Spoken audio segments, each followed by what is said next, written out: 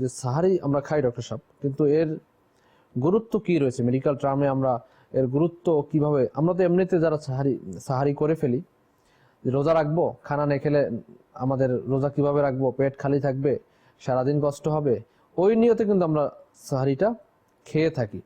কিন্তু মেডিকেল টার্মে এর ব্যাখ্যা কি রয়েছে, খেলে কি উপকার রয়েছে, না খেলে মানে ক্ষতিকর কি দিক রয়েছে, এর গুরুত্ব, অর্থাৎ টোটালি এই সাহারি আমরা কেন খাবো, মেডিকেল টার্ম কি বলে?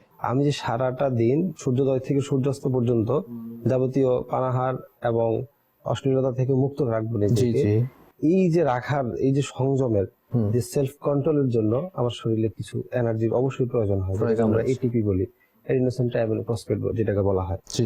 এটিপি প্রোডাকশন হওয়ার জন্য আপনার শরীরে অবশ্যই, এটিপি মিন্স হচ্ছে এনার্জি, আমরা এনার্জিটাকে মেডিকেল আপনার চিকিৎসা বিজ্ঞানে আমরা এটিপি বলে থাকি।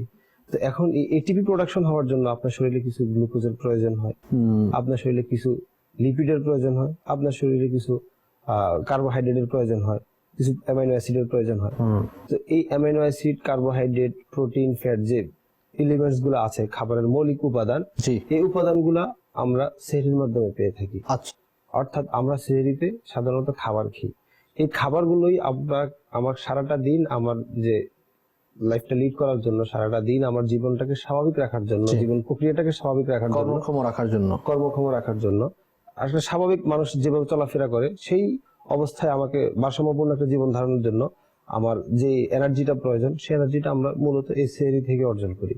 এটি কিভাবে করি? আমি খাবারটা গ্রহণ করব, আমরা একটা স্বাস্থ্যসম্মত খাবার পরে আলোচনা করব, কি খাওয়া যায় সেটা পরে আলোচনা করছি। সেহরিটা যখন আমি স্বাস্থ্যসম্মত গ্রহণ করলাম, গ্রহণ করার পরে এই সেহরিটা আমার শরীরে ডাইজেশন হলো, অ্যাবজর্পশন হলো, অ্যাবজর্পশন হওয়ার পরে রক্তের মাধ্যমে সে বিভিন্ন ধরনের প্রক্রিয়ার মাধ্যমে আমার বডির লিভারে যে সে আবার কিছু স্টোরেজ থাকে, আর কিছু ব্লাডের মাধ্যমে নিউট্রিয়েন্ট চলে যায়। ব্লাডের নিউট্রিয়েন্ট গুলা যখন খরচ হয়ে যায়, তখন আবার লিভার থেকে সে আবার খাবারটা টানে। যখন আমি রোজা অবস্থায় থাকি, আমার শরীরে যখনই এনার্জির প্রয়োজন হয়, তখন লাইপোলাইসিস, কার্বোহাইড্রেট গ্লাইকোলাইসিস, বিভিন্ন প্রক্রিয়ার মাধ্যমে আমার শরীরে আবার সেই লিভার থেকে এই খাবারগুলো, আমার সেহরির খাবারগুলো নিয়ে থাকে। যে এভাবে করি সেহরি আমাকে একটা ভারসাম্যপূর্ণ জীবন ধারণের সহযোগিতা করে, শক্তি যোগায়, রোজা রাখার ক্ষমতাটাও হয়ে যায়। আমরা সার্বিক যে সামর্থ্য, যেটা শারীরিক সামর্থ্য, সক্ষমতা, ইবাদত বন্দেগী করার জন্য, কোরআন তেলাওয়াত করার জন্য আমার যে এনার্জি গুলো লাগে, বা স্বাভাবিক আমার যে কাজ, জীবন ধারণের যে কাজগুলো আমি করে থাকি, সেই কাজগুলোর জন্য যে এনার্জি লাগে, এই এনার্জি গুলো আমি মূলত সেহরি থেকে পেয়ে থাকি।